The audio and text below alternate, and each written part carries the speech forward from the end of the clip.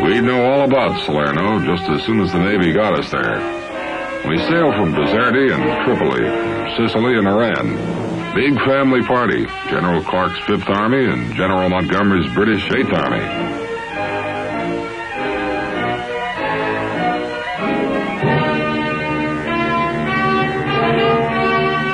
Part of the 8th had already crossed from Sicily to the toe of the Italian boot. We figured to lop off the foot.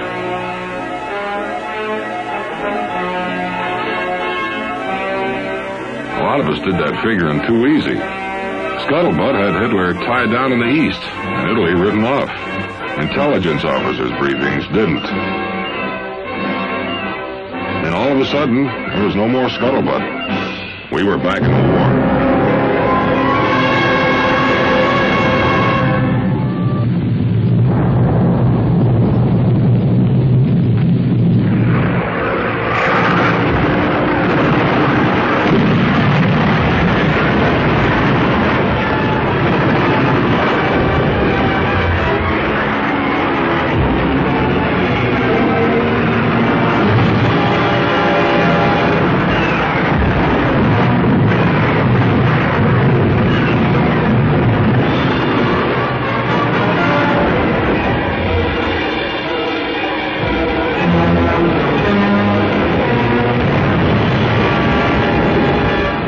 It was going to be our show.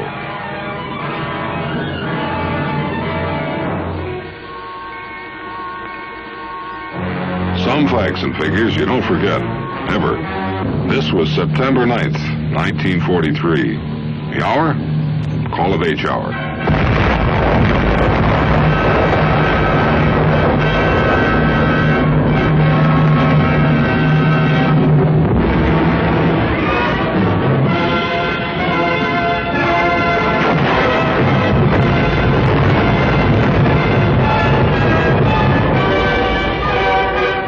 Here was Salerno, and what a no-welcome committee.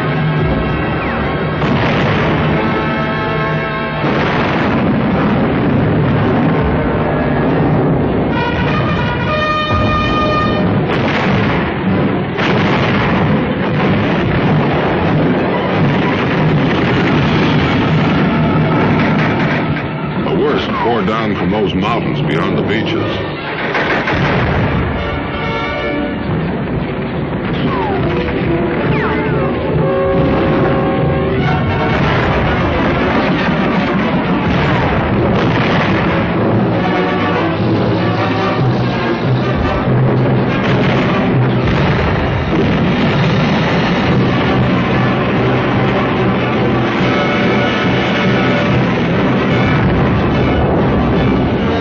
We held on to the beaches and punched on into the narrow Salerno plain behind them.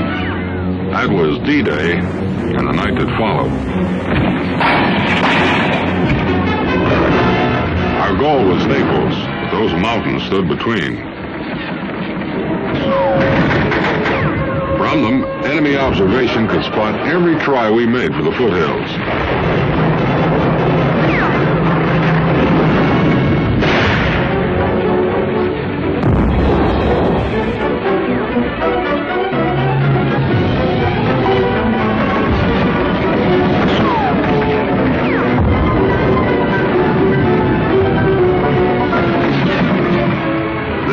Armor tearing down.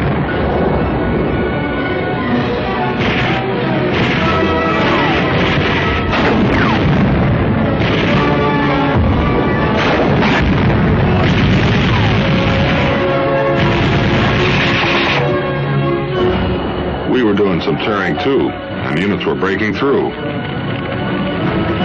Remember the kids' game King of the Mountain? Well, that's what this was, but for keeps.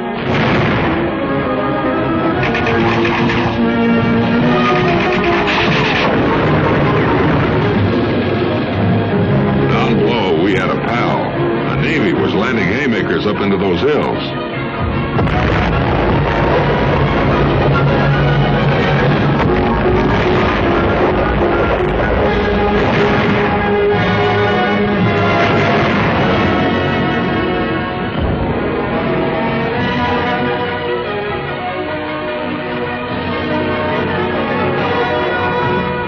enemy began to move in the troops that Monty's 8th had chased out of Sicily.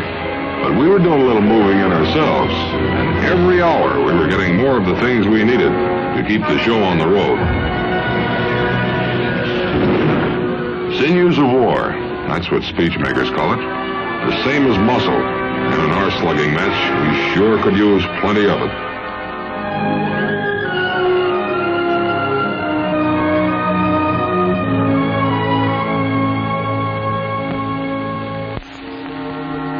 We were a going business, but setting up shop calls for real precautions.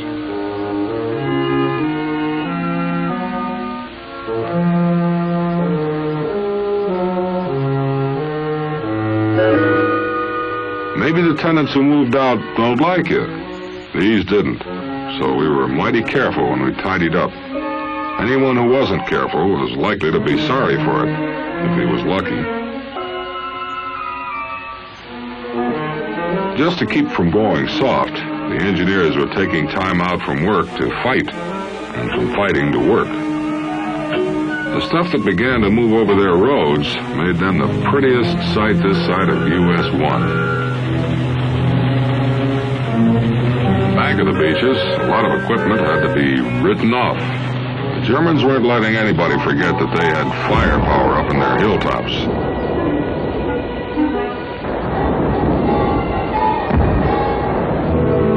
Those same gunners were having themselves a high old time holding down our use of the airstrips. We had two of them. One in a town called Montecorvino had been captured by the British. Our engineers built the other. Until we knocked off those guns, real air support had to come from Sicily or Navy carriers.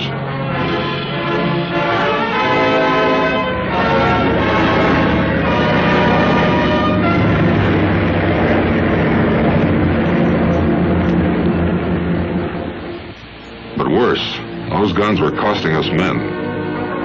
An ancient Greek temple had become a clearing station.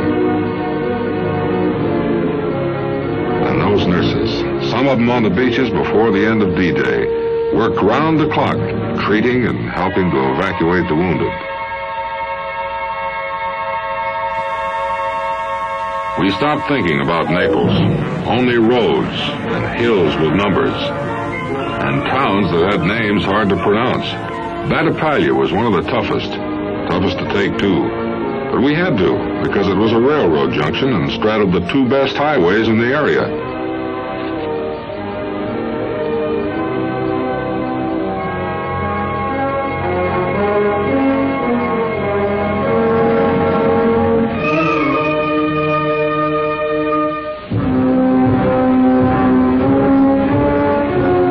No matter what the reasons were that made a town important to us, the same reasons made it important to the enemy. And so those towns kept changing managements. We'd go in, get pushed out, and then have to go in all over again. And of course, the worst were the ones up in the foothills. Up in the mountains, with units circling backward and forward, you never know who you'd meet up with. Sometimes it might be friends. A patrol could be a few yards away from an enemy hilltop, as the crow flies, not being a crow, still be miles away.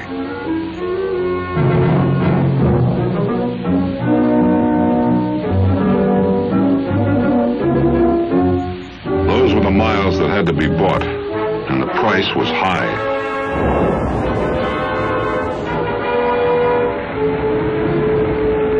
It was going to go higher, for now the Nazis were readying an all-out counterattack. From the north, he rushed his best divisions, seasoned Grenadier Panzers, the veteran Hermann Goering Division. He'd smash us, hurl us back into the sea.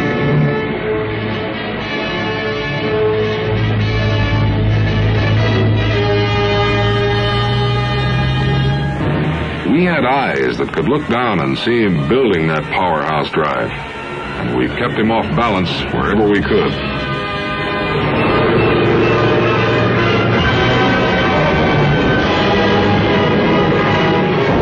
The Nazi kept on plowing up our two airstrips and tried to pull down our carrier-based air power wherever it was flown in.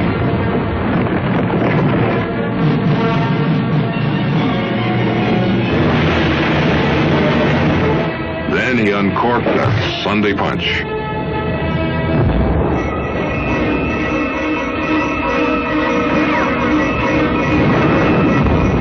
He threw in everything, and everything still included guns hammering down on us from above.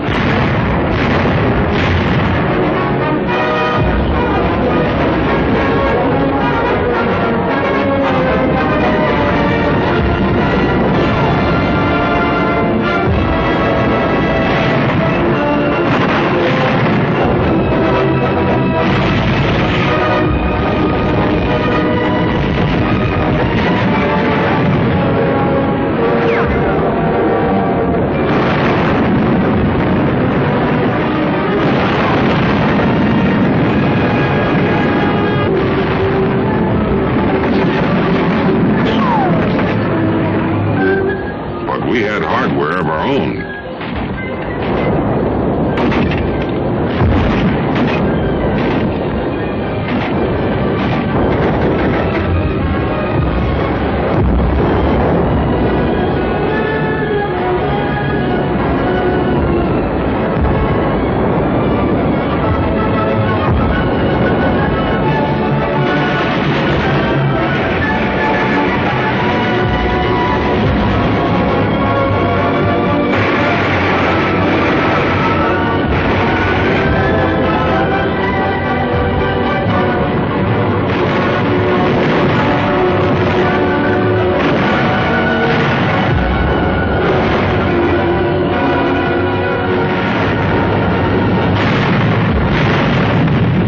Blocked that Sunday punch and let go a few of our own.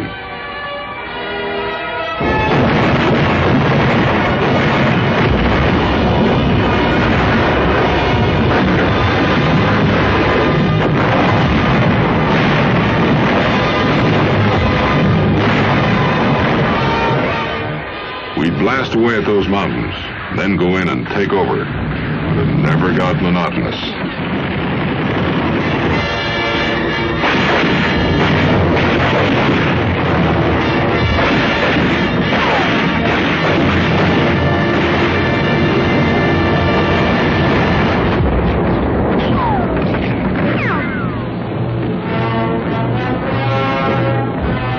The enemy's punch began losing its steam, but he was in there slugging, and every foot of ground was costing us manpower.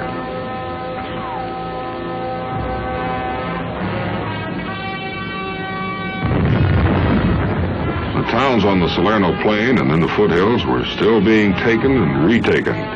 By now, some of them didn't even look like towns anymore.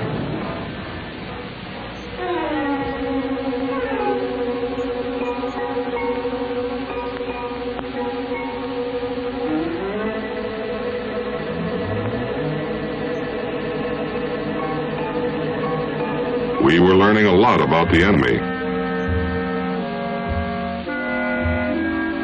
We'd move into a town to find he'd left units behind to whittle us down and pave the way for his next try to take it back again.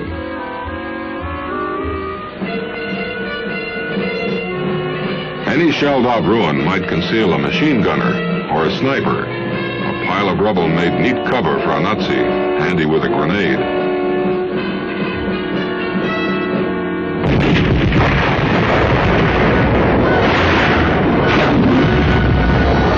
By now, we knew the counterattack had failed. Hitler had lost his chance to sweep us out of Italy.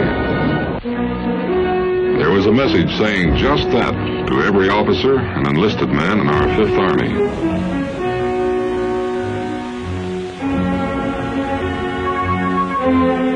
One little phrase hit it right on the head. "We are here to stay," said Lieutenant General Mark W. Clark. Don't forget, this was still Hitler's Fortress Europe.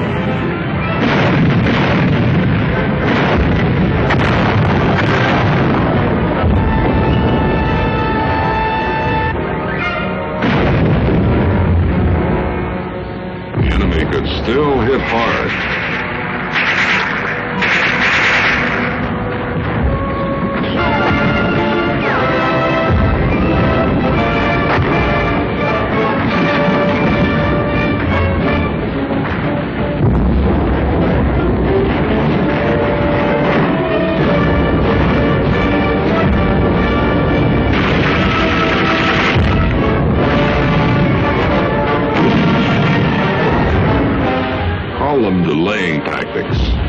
still spell out fight.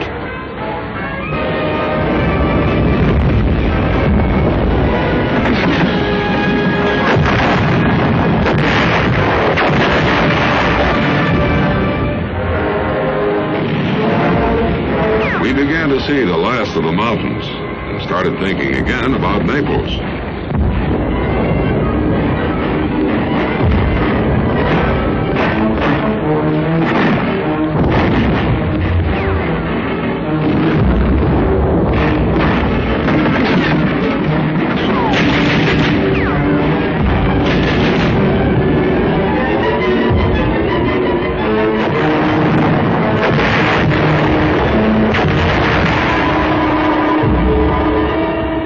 Relief now for men in forward areas as reserves became available.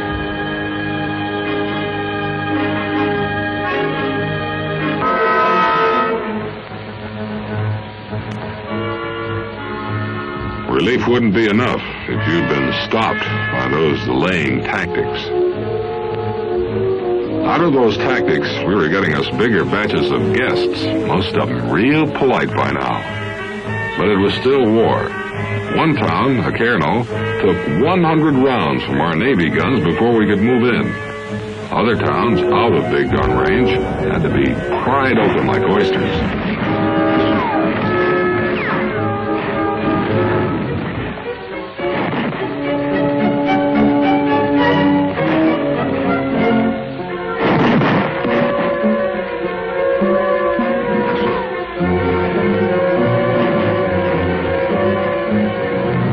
One town, then on to the next. Where the fighting had moved on, civilians would reappear. They'd even welcome us.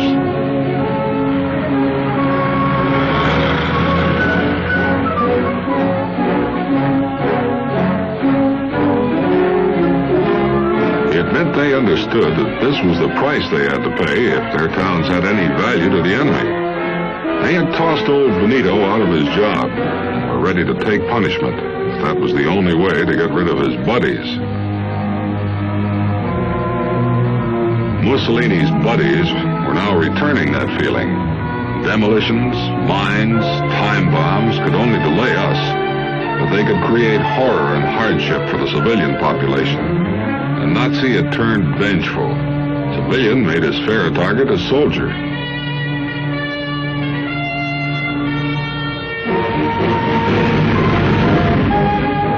Again was Eboli and other towns we'd fought for.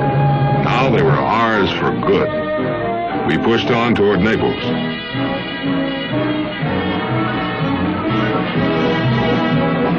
More and more people were welcoming us along the way, no longer afraid of the Nazis' return. Pretty good sign.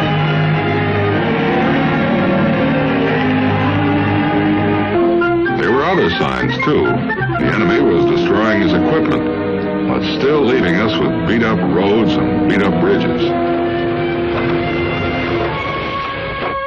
Come to think about it, we were pretty beat up too by now.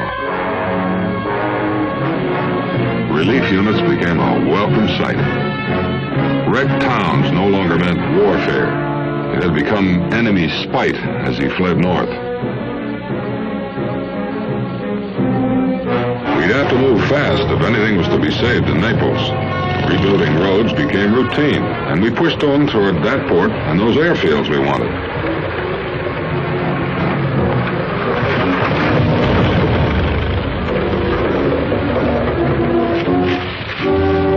Outfits that could stop along the way found they'd been winning a popularity contest along with the battle. It's a funny thing about soldiers, anyway our soldiers. Kids always go for them in a big way, then we do a bit of melting down ourselves. You got to wondering what it was like to be a youngster in the middle of a war.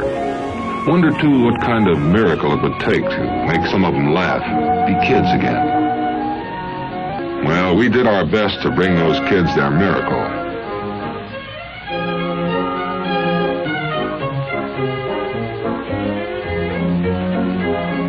Then our military government people came in to distribute needed relief and reorganize paralyzed communities.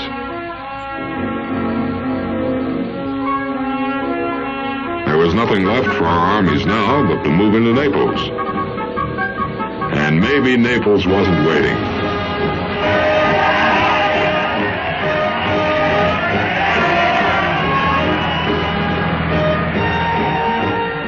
Here again it was the old story, only worse. The time bomb and the mine. Here too, methodical destruction. But we expected that and had a few ready-made tricks to counter it. Our great prize, the port of Naples, had been wrecked. But this too we had expected. Within weeks, some installations would be back in use.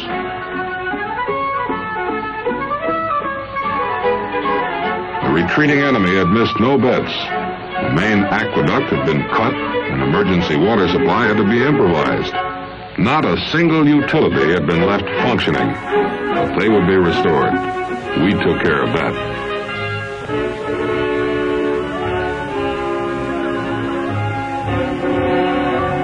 We had gained our victory, and all Italy south of the Volturno was ours. Neither our leaders nor any of us would forget those others. The ones who'd helped us crash the European continent. American fighting men who brought honor to themselves, the armed forces, and our country.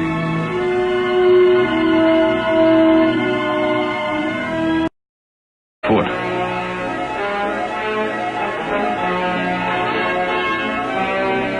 A lot of us did that figuring too easy.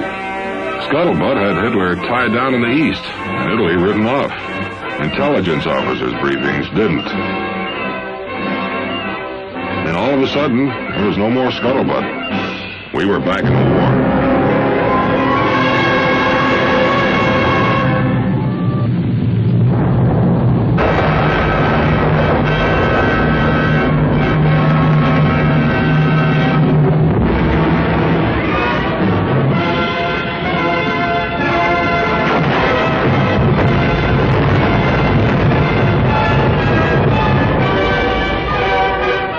Here was Salerno, and what a no-welcome committee.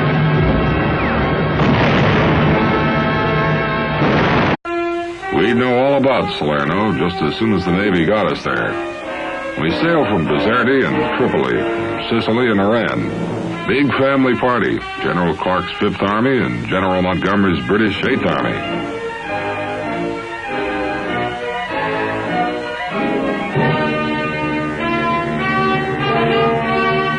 Part of the 8th had already crossed from Sicily to the toe of the Italian boot. We figured to lop off the...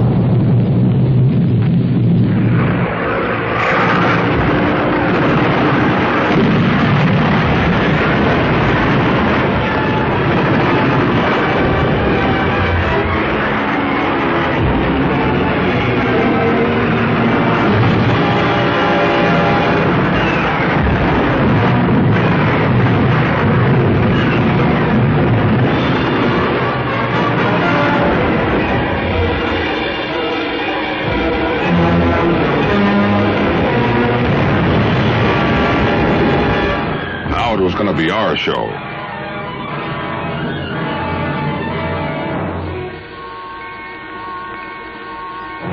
Some facts and figures you don't forget, ever. This was September 9th, 1943. The hour? Call of H hour.